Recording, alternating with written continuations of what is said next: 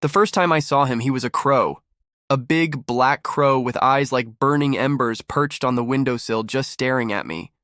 I waved at him and he took off in a flurry of feathers and harsh caws. It wasn't until later that I realized he hadn't been the only thing watching me. Because when I looked back at the window, there was a man there, his face pale and drawn, his eyes wide and black and bottomless like an abyss. And then he was gone. This was before the nightmares began, before the whispers in the dead of night, before the terror that turned my blood to ice. The full moon was the worst. It hung like a grotesque lantern in the sky, casting long, distorted shadows that danced and writhed like living things. That's when the dreams came. Dreams of a gnarled, twisted creature with too many limbs and eyes that bulged and oozed in the darkness. A monster that slithered and skittered, whispering my name on a breath that smelled of decay and dust. When I woke, my sheets were soaked with a cold sweat, and the room was filled with the musky odor of loam and old stone. My heart hammered against my ribs, threatening to burst from my chest. I tried to convince myself it was just a dream, a figment of my overactive imagination.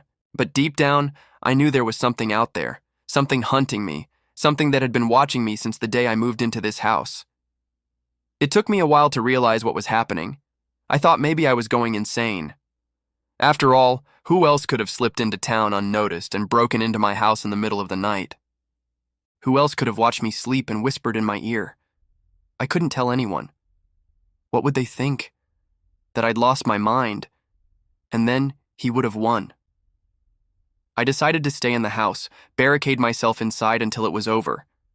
But how do you barricade yourself against a shapeless terror? He was outside, lurking in the shadows, waiting for me to let my guard down. I could feel his presence like a shroud, heavy and suffocating, pressing down on me, stealing my breath. Then one day I saw him again, just a fleeting glimpse of movement at the edge of my vision, a whisper of wind chimes when there was no breeze. I knew it was him. He was here. I locked myself in my room, but it wasn't enough. I felt him outside the door, heard the rasp of his claws on the wood, smelled the stench of decay as he scraped and clawed to get in. When he finally broke through, I screamed.